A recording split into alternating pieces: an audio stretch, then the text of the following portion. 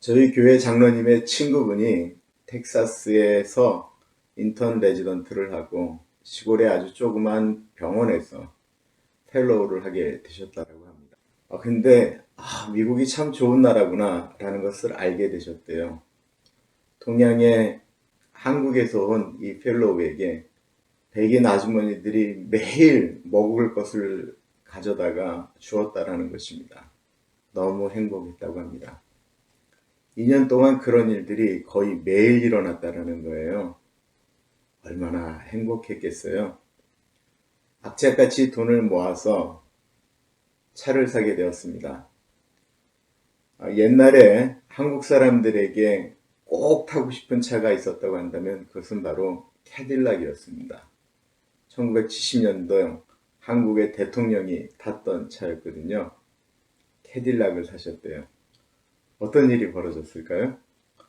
거기에 있는 모든 마을 주민들이 나와서 이제 고생 끝났구나, 축하한다, 기뻐하고 행복해 했을까요? 그 다음날로 사람들의 얼굴이 바뀌더랍니다. 인사 잘 받지 않기 시작했고요. 시기하기 시작했고요. 질투하기 시작했습니다. 사람의 마음이죠.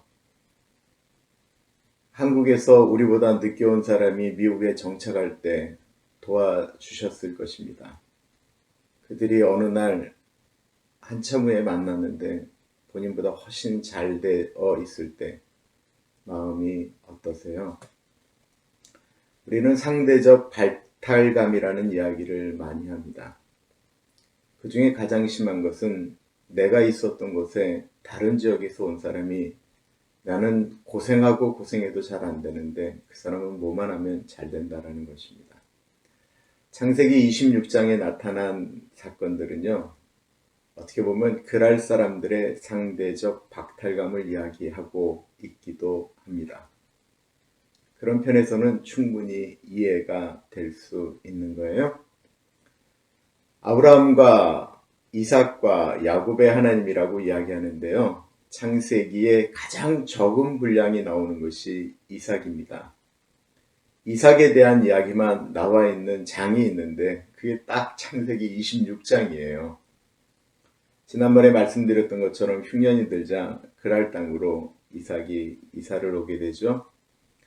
그리고 나선 거기서 어떤 해프닝이 한번 일어나게 됩니다.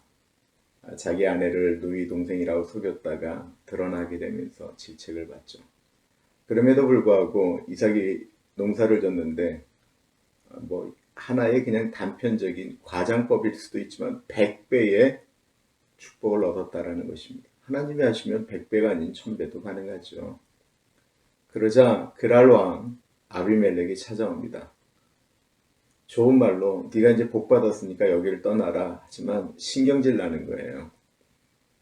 농사를 지러 왔던 이삭이 갑자기 그곳을 떠나면 뭐 하라는 것입니까? 이삭은 양들을 데리고 목축을 하기로 결정을 하고 그랄의 골짜기로 갑니다. 양을 키우려고 하면요, 꼭 필요한 것이 무엇입니까? 물입니다. 그랄의 골짜기에는 물이 별로 없는 곳입니다. 이삭이 우물을 팠는데 하나님께서 우물을 파기 시작하자마자 거기서 샘이 터지게 하셨습니다. 그랄 사람들이 내쫓았는데 이삭이 거기서도 잘 지내는 거예요. 그러자 쫓아와서 싸우기 시작하면서 이 우물은 우리 것이다라고 이야기합니다. 에셋이라는 말은요, 다투었다라고 하는 뜻입니다. 이삭이 어떤 사람이라고요? 점액질입니다. 싸우는 거 싫어하는 사람이에요. 알겠습니다. 그러고는 그 우물을 포기하고 딴 데로 갑니다. 가서 또 우물을 팠어요. 이번에도 물이 나오는 거예요. 그럴 사람들은 아무리 파도 나오지 않는 물이 이삭이 파니까 또 나오는 거예요. 그러자 와서 또 시비를 겁니다. 그곳의 이름이 신나입니다. 시비를 걸었다라고 하는 뜻입니다.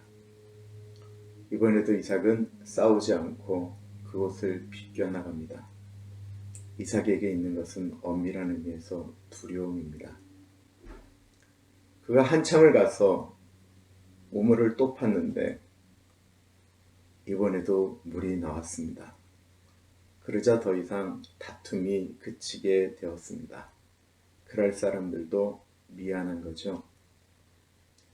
그곳의 이름을 누오봇이라고 했습니다. 넓은 장소라고 하는 뜻입니다. 이삭이 거기서 축복을 받게 된 것입니다. 그런데 이제 르호봇에서 우물도 터졌고 잘 지낼 수 있을 때 이삭이 갑자기 브엘세바로 떠나게 됩니다. 보실까요? 23절입니다. 이삭이 거기로부터 브엘세바로 올라갔더니 그 밤에 여호와께서 그에게 나타나 이르시되 나는 내 아버지 아브라함의 하나님이니 두려워하지 말라. 내 종 아브라함을 위하여 내가 너와 함께 있어 내게 복을 주어 내 자손이 번성하게 하리라 하신지라. 두려워하지 말아라. 이삭의 성격은 누구와 싸우는 것을 싫어하는 사람이라고 말씀을 드렸습니다. 본인이 손해보고 말지라고 생각하는 사람. 이런 사람은 단순히 착해서뿐만이 아니라 마음속에 늘 두려움이 있는 것입니다. 하나님은 그 이삭을 잘 알고 계셨어요. 그리고 이삭에게 축복하셨습니다. 싸우지 않고 남들에게 시비 걸지 않고 양보하면서도 부유할 수 있다고 한다면 얼마나 좋을까요? 이삭이 거기서 하나님께 제단을 쌓게 됩니다. 이삭이 그곳에 제단을 쌓고 여호와의 이름을 부르며 거기 장막을 쳤더니 이삭의 종들이 거기서도 우물을 받더라. 이삭은 어디를 가든지 그가 제일 열심히 했던 것이 있다고 한다면요, 하나님을 묵상하는 것이었습니다. 하나님도 그의 마음을 잘 아셨기 때문에 그의 마음을 받으셨습니다. 거기서 우물을 팠는데 거기서 또 물이 나왔습니다. 한참이 지난 다음에 아비멜렉 왕이 자신의 군대 장관을 데리고 이삭을 찾아옵니다. 그의 아버지 아브라함에게 있었던 일과 똑같은 장면이 나오는 거예요. 그러면서 아비멜렉이 또 화친하자라고 이야기합니다. 그들이 이르되 여호와께서 너와 함께 계심을 우리가 분명히 보았으므로 사이 곧 우리와 너 사이에 맹세하여 너와 계약을 맺으리라 말하였느니라. 너는 우리를 해하지 말라. 이는 우리가 너를 범하지 아니하고 선한 일만 내게 행하여 내가 평안히 가게 하였음이니라. 이제 너는 여호와께 복을 받은 자니라. 이삭이 그들을 위하여 잔치를 베풀 때에 그들이 먹고 마시고 아침에 일찍 일어나 서로 맹세한 후에 이삭이 그들을 보내매 그들이 평안히 갔더라.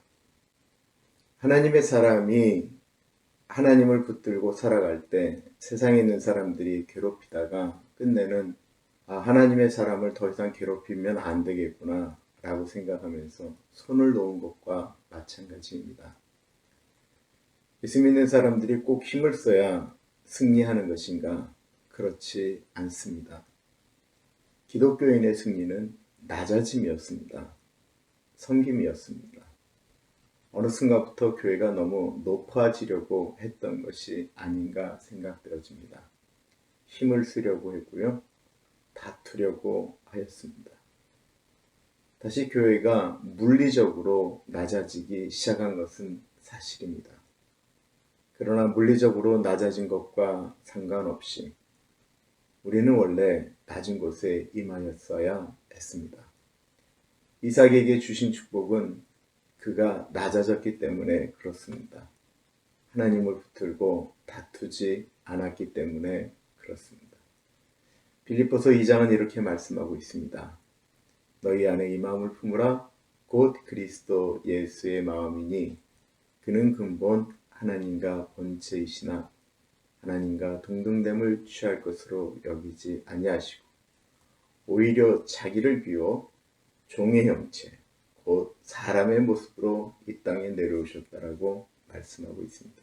그랬더니 하늘 위에 있는 자들과 땅 위에 있는 자들과 땅 아래에 있는 자들이 모두 예수님의 이름 앞에 무릎을 꿇었다라고 이야기하고 있습니다. 26장 첫 번째를 말씀드렸더니 어느 분이 목사님, 제가 딱 점액질인 사람입니다. 라고 말씀하셨습니다. 그분이 그런 분이셨습니다. 그런데 그분에게 있는 것은 평화였습니다. 내 마음이 좀 불편하더라도 그 성품 그대로 다른 사람들을 섬기고 싸우면 내가 손을 배우는 것 같아도 사실 마음은 평화거든요. 평화로운 그곳에서 임하는 것이 하나님의 은혜입니다. 오늘은 여기까지 하겠습니다. 감사합니다.